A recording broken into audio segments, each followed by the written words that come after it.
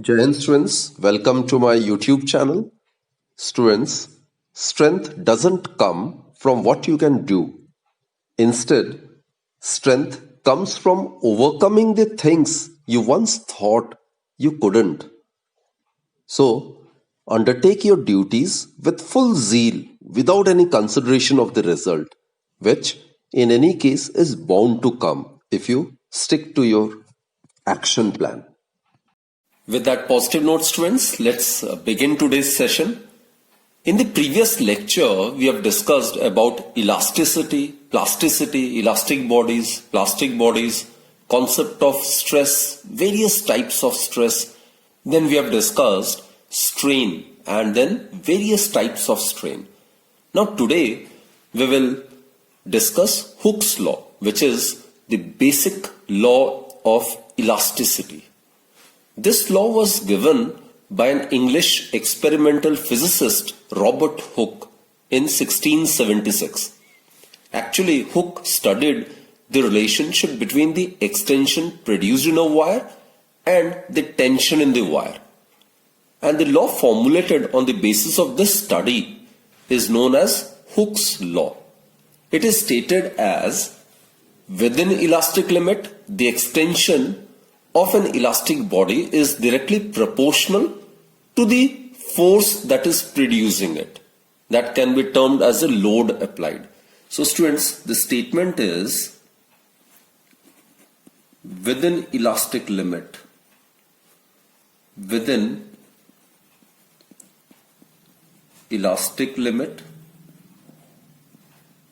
the extension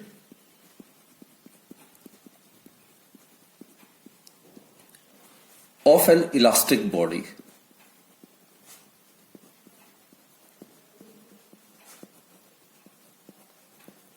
is found to be directly proportional to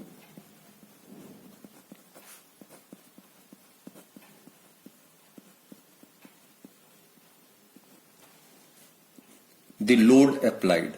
Means, greater the load applied, the more will be the extension produced in the elastic body.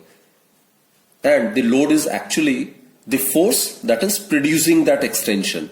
So within elastic limit, the extension of an elastic body is directly proportional to the force that is producing it.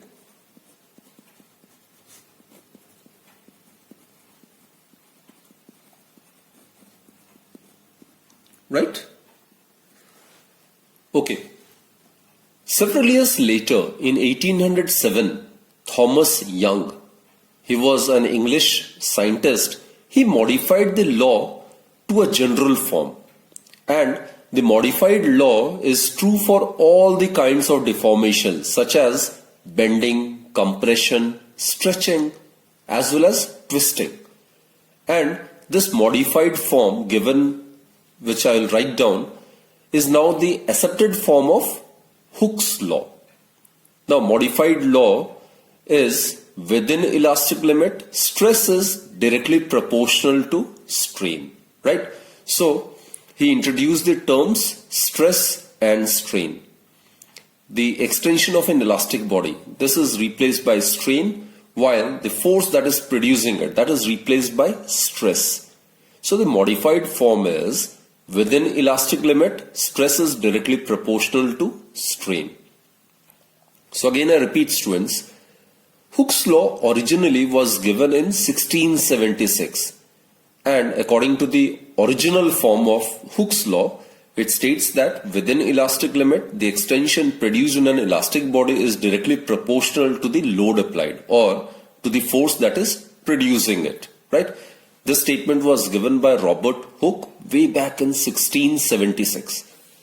In 1807, students, Thomas Young, he modified this law, right, and introduced the terms stress and strain.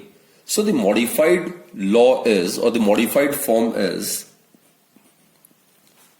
the modified form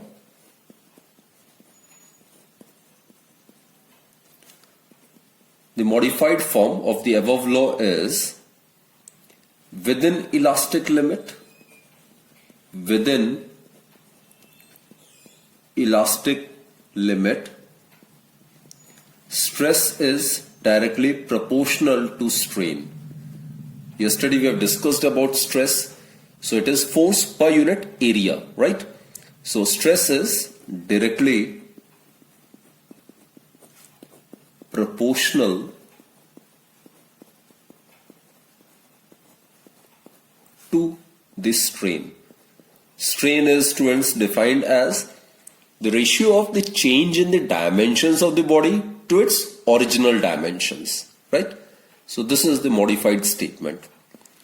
So mathematically or quantitatively, we can write it like this.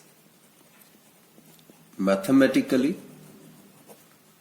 stress, it is directly proportional to strain. Now students, we are aware this stress is directly proportional to strain. This linear dependency between these two holds valid only within elastic limit, right? And in order to eliminate this proportionality sign, we need to introduce some constant. So we write stress is equal to some constant multiplied by strain. Or it can further be modified as stress divided by strain. It is equal to constant. And students, this constant, it is known as modulus of elasticity or coefficient of elasticity. This constant is known as modulus of elasticity or coefficient of elasticity.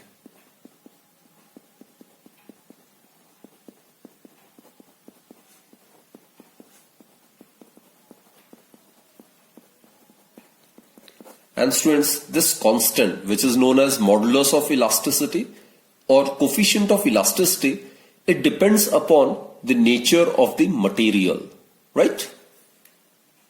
Now, corresponding to three different types of strain, strains we have discussed: tensile, longitudinal or linear strain. That's the first type of strain. Then we have discussed bulk or volumetric strain. And the third type of strain which we have discussed is shear strain, isn't it? So corresponding to these three different types of strain, there are three different types of modulus of elasticity or coefficient of elasticity. And they are, first is, students, Young's modulus. It is Young's modulus. And we'll represent it by capital letter Y. So capital letter Y, it will represent Young's modulus of elasticity, right? That's the first type of coefficient of elasticity. Second one is the bulk modulus of elasticity. Bulk modulus of elasticity. We will represent it by capital letter K. And third is, students, the modulus of rigidity. It is modulus of rigidity. We'll represent or denote this modulus of rigidity by neta, long n, like this, right? So in all the three modulus of elasticity or coefficient of elasticity, it will be the ratio of stress by strain. Now students, we are aware strain being the ratio of two similar physical quantities is a dimensionless quantity having no units. So this constant, which is the modulus of elasticity or coefficient of elasticity, will have the same unit as that of stress. And the unit of stress is, SI unit of stress is Newton per meter square. CGS unit is dyne per centimeter square. So the coefficient of elasticity or the modulus of elasticity will have SI unit of Newton per meter square and CGS unit of dyne per centimeter square. Hooke's law can be experimentally verified as well. For that, suspend a spring from a rigid support, attach a scale pan and a light pointer at its lower end. The pointer can slide over a vertical scale graduated in centimeter. Now, note the reading on the scale and add a 5-gram weight in the pan and note the reading. The difference of the two readings gives the extension produced. The same procedure should be repeated with every additional 5-gram weight. It will be observed that the extension is directly proportional to the load applied, and this verifies Hooke's law. Now let us discuss different types of modulus of elasticity. And let's start with Young's modulus. As I've stated, I'll denote this Young's modulus by capital letter Y. This will denote Young's modulus of elasticity, right?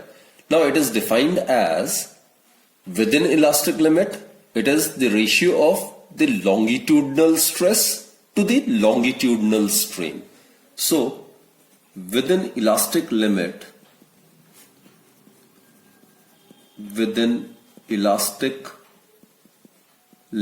it is defined as the ratio of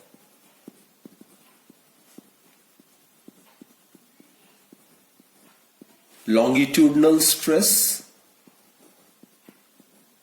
to the longitudinal strain.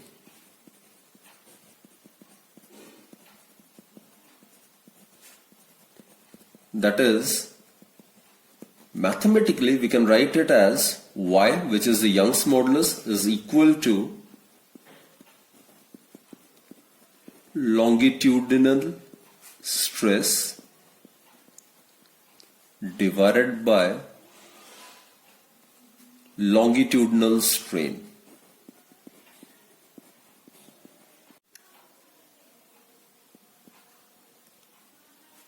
So its SI unit is same as that of stress, because strain, it's the ratio of the similar physical quantities, isn't it?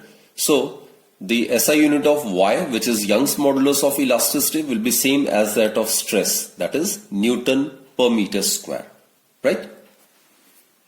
Let us consider a wire of length L, and suppose its cross-sectional area, this is the cross-sectional area, it is suppose A, and stressed by a force F. This is the force acting normally, that is acting perpendicularly to its surface, right? This is at 90 degree, right?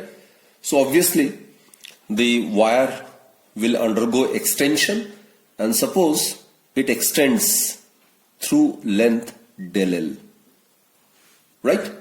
So here Young's modulus, students, it is given by the ratio of the longitudinal stress to the longitudinal strain. Now longitudinal stress is the normal stress, which is actually in this case the tensile stress. This force is making the wire to extend, isn't it? So this is the case of tensile stress, and the longitudinal stress or the normal stress or the tensile stress is this force acting normally per unit area, right? So it is F divided by A. Now in the denominator we have longitudinal strain. It is given by the change in the length divided by the original length. That is, it will be del L divided by original length, that is L. So rearranging the terms, we get FL divided by A into del L, right?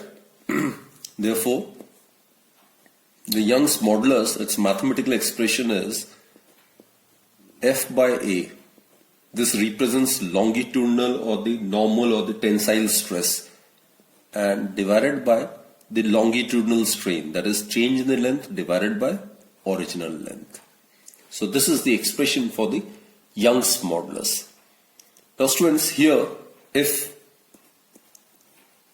we consider A to be of 1 unit, L, the original length of the wire, is also considered to be 1 unit, and let us consider the extension produced in the wire under the influence of force F is also 1 unit. So substituting these values over here, what we get is Y is equal to F. So students, Young's modulus of elasticity is numerically equal to the force required to extend a wire of unit length and unit cross-section area through unity. So this is another way of defining Young's modulus, right? Now students, Young's modulus may also be defined as the longitudinal stress required to double the length of the wire. Now look students, if del L becomes equal to L, then Y would be equal to F by A. That is, Young's modulus would be equal to the longitudinal stress, which will be required to double the length of the wire. If del L becomes equal to L, it means that the new length of the wire is equal to twice its original length, isn't it? So that is another way of defining Young's modulus. Now here I would like to mention a very important fact. Now students, higher the value of Young's modulus for a given material, the more elastic the body is said to be, right?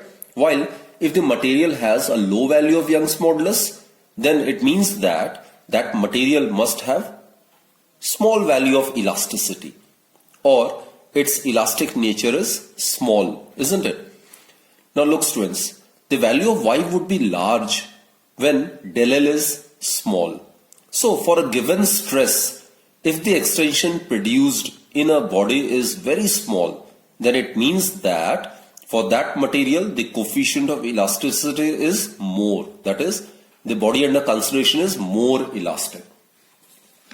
So students, the important point is that contrary to the concept of elasticity in daily life, in physics, elasticity stands for opposition to change.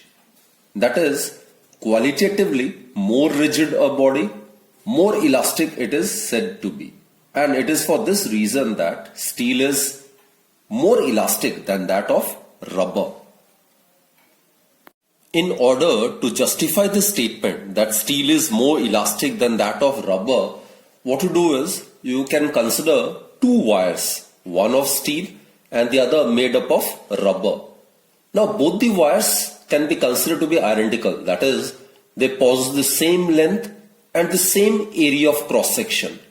Now if they are subjected to the same deforming force F, right, and they have the same obviously cross section area, then what happens is this longitudinal stress in the case of steel and in the case of rubber would be same, isn't it? So in that case, what will happen is we have considered the original length of the steel and the rubber wire to be same, isn't it? So Y in that case would be inversely proportional to the increase or the change in the length, right? Therefore students, what we can do is Ys, suppose it is the Young's modulus of steel, divided by Y rubber, Young's modulus for the rubber wire, suppose it would be equal to del LR, it is the extension produced in the case of the rubber wire, divided by del LS, right? Now it is pretty clear that if both the steel and the rubber wire, they are subjected to the same deforming force F, then obviously we are aware that the extension in the steel wire will be less than that of the extension produced in the rubber wire. That is, the extension produced in the rubber wire would be very large as compared to the extension produced in the steel wire, which clearly suggests that Ys divided by Yr would be greater than 1. That is, the value of Young's modulus for the steel is greater than the value of Young's modulus for rubber. So higher the value of coefficient of elasticity or the modulus of elasticity of a given material, the more elastic the material or the body is said to be. So it is for this reason that steel is considered to be more elastic than that of rubber.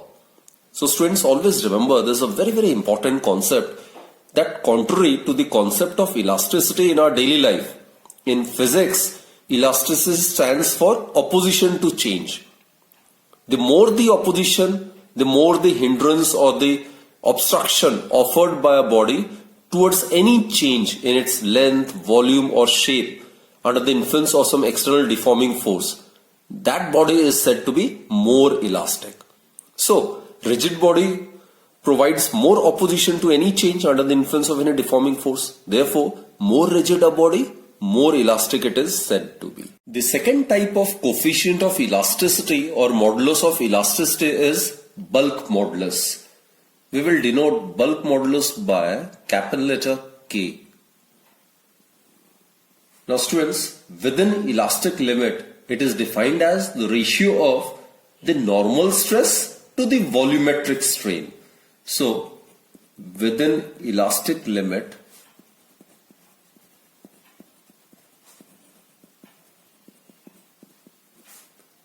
it is defined as the ratio of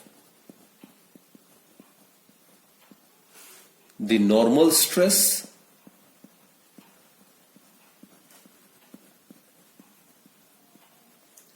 to the volumetric strain.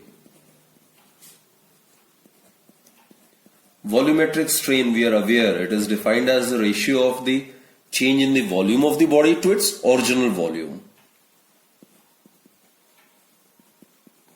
Right? So within elastic limit, the bulk modulus or it is one type of coefficient of elasticity, right?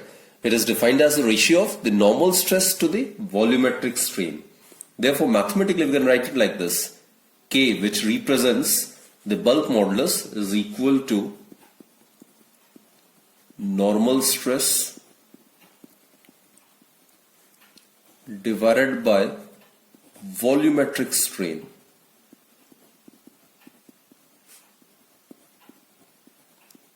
Now, as stated earlier, strain, whether it is longitudinal strain, volumetric strain or shear strain, it is a dimensionless quantity, right? So denominator has got no dimensions.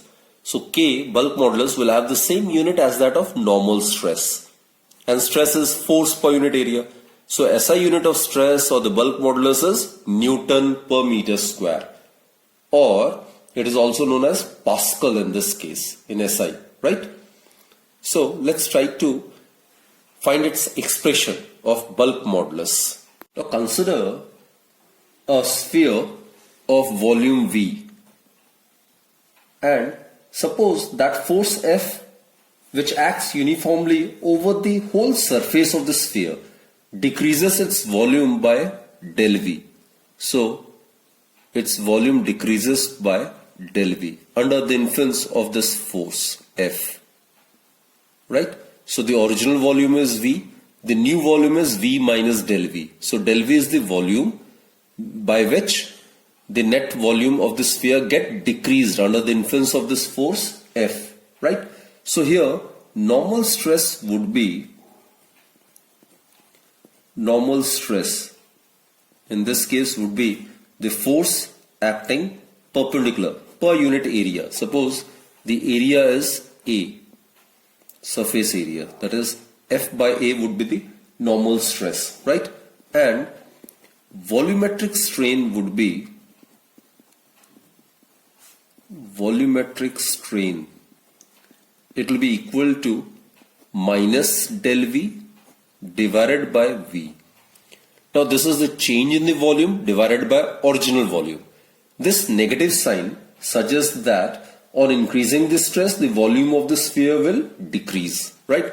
Therefore, substituting these values over here, what we get is K, it's equal to force per unit area divided by volumetric strain, that is change in the volume divided by original volume, or the bulk modulus, that is K, is given by minus Fv divided by A into del V. Right? Now students, if we apply the pressure del P in order to compress the body, then del P would be the stress, isn't it? So here F by A, which is the normal stress, it would be equal to del P. This is the pressure which is applied to compress the body, right? So substituting the value of F by A as del P, what we get is K in terms of pressure, it is equal to minus V del P by del V, right? So this is the expression for the bulk modulus, and as I've suggested, this minus sign indicates a decrease in the volume with an increase in the stress. Clear? Now when the changes are extremely small, then the bulk modulus may also be given by when the changes are extremely small.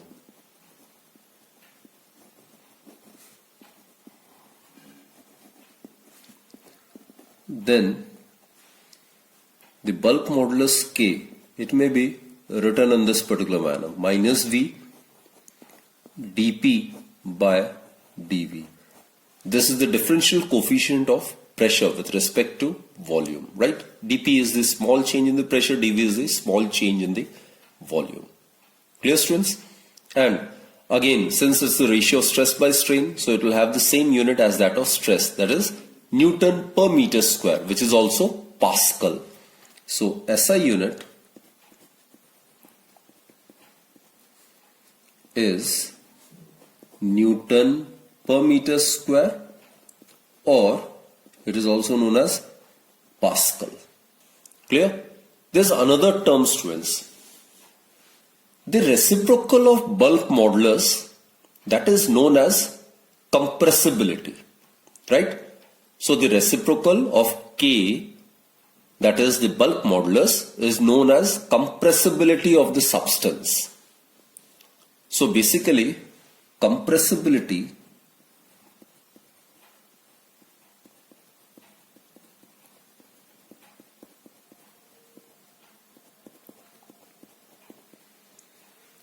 it is reciprocal of bulk modulus. So it will be given by minus del V divided by V into del P. Clear, students? Now if the changes in the pressure are infinitesimally small, then compressibility is given by, in that case, the compressibility, if the changes are considered to be very small, in that case it would be given by minus dV divided by V dP. Clear, students? And obviously the units of compressibility are the reciprocal of those of the bulk modulus. That is, the units of compressibility would be Pascal inverse or per Newton meter square. So SI unit would be Pascal inverse or Newton inverse meter square in SI. Now the last type of coefficient of elasticity is modulus of rigidity, right? And modulus of rigidity is also known as shear modulus. It will be denoted by neta, long n, like this. And students, within elastic limit, it is defined as the ratio of the tangential stress to the shear strain. So within elastic limit,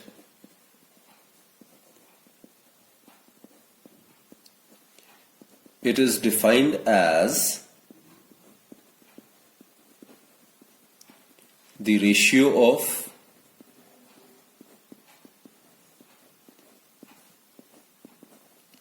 the tangential stress. So here the force applied on the area is parallel to the area or tangential to the area, and it results in the change in the shape of the body, right?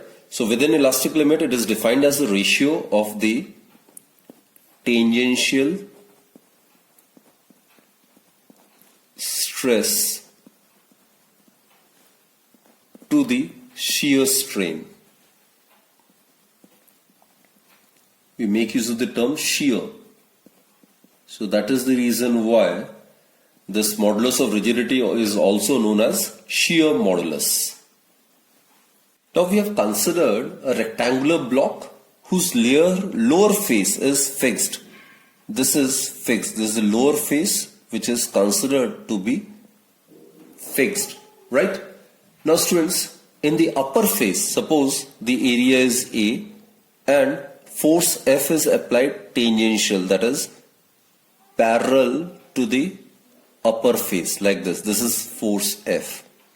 So the base is fixed. So as a result, what happens is there will be a change in the shape of the body, right?